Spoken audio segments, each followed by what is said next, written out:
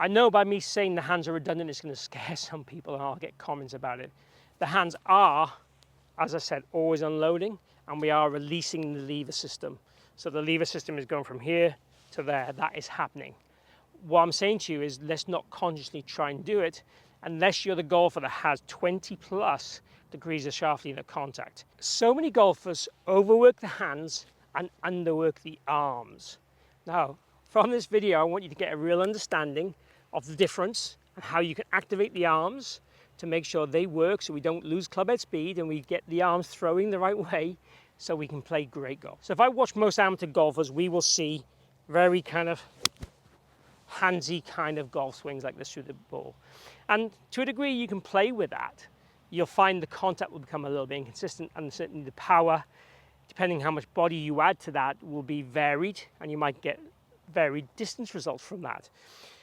But it's certainly not the easiest way to play. What we want to do is make sure these arms are doing a lot of work and the hands are working, but they're not excessive. So we get a lot of people that say we need to have hand action in order to create speed in the golf swing, and they're not wrong. But we also need to make sure it's not excessive and early. When we look at every great ball striker, the hands are kind of unloading in a very seamless and natural way. When we look at most amateur golfers, it's very what I call flippy or flappy through the ball. So the shaft where it points is quite a good indicator in this. So with a lot of amateur golfers, the shaft of contact will be pointing back towards the right side of our body. With most good golfers, it's the left side or even outside the body. And then from there will be the kind of what we call the kind of frisbee move, where the hands go from being ahead like this to extension and back this way in a very rapid fashion. And that club is always kind of unloading the wrists as we swing down.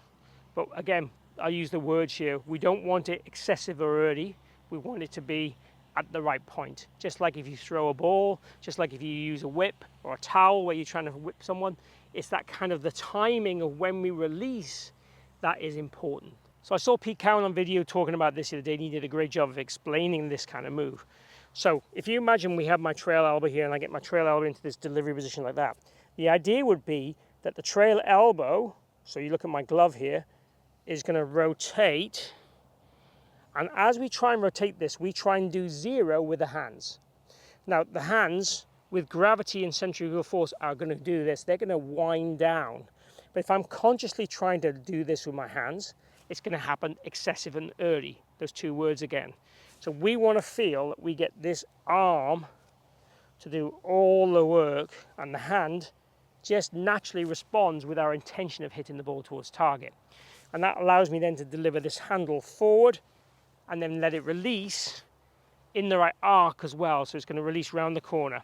And by rotating the arm down, what it does is it takes this club face and rotates the club face so it becomes into a square position as well. So we're managing then to deliver the correct pressure on the golf ball, compression on the golf ball. So what I'd encourage you to do is do this very drill I'm doing, is grab your elbow, swing it down to this delivery position, ideally the toe slightly down. And then if you've got your glove on like I have today, look at how your glove rotates and try and deliver that handle back so it points pretty much to the outside of your thigh. Again, I would be non-conscious with what you're doing with the handle, but look at that as a benchmark and a byproduct and see where you deliver that club. If that club is pointing too much towards your body, nice shot there, then we know we've done too much with the hand action. Again, we're trying to feel like the hands are redundant. I know by me saying the hands are redundant, it's going to scare some people and I'll get comments about it. The hands are, as I said, always unloading, and we are releasing the lever system. So the lever system is going from here to there. That is happening. What I'm saying to you is let's not consciously try and do it unless you're the golfer that has 20 plus degrees of shaft lever contact. If the face is way open, that's a different story. Then we have to rotate the arms and rotate the wrists, not necessarily release the levers.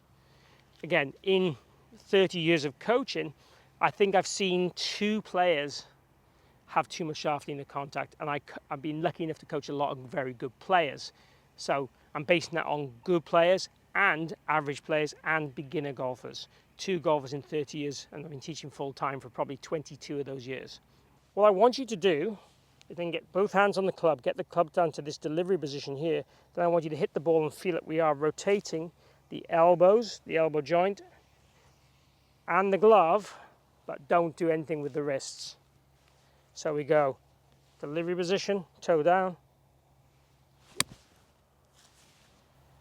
and you'll see where that ball is just dead straight penetrating and low flighted because I've got pressure on the ball. So we want to do that for probably 5 minutes, and doing this for 5 minutes will beat thousands of golf balls.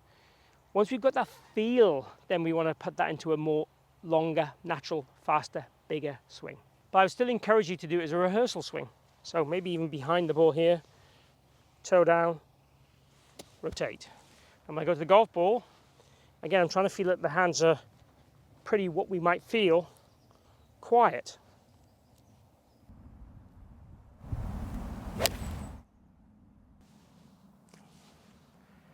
So a tiny bit low in the face, that one, but dead straight. So just not quite enough divot, which is why it's a little low in the face. But again, I'm just trying to use the feelings from the rehearsal to take into my next swing. Practicing it for longer, I'm going to achieve better pressure and more consistency with the shots.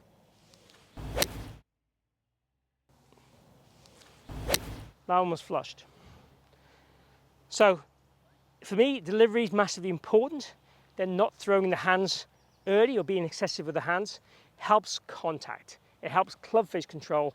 It helps low point control. So if you struggle with either direction or contact or not hitting your irons as far as you should, this is essential for you to learn that we're not throwing those hands away, but we are using our hands the right way at the right time to be a great player.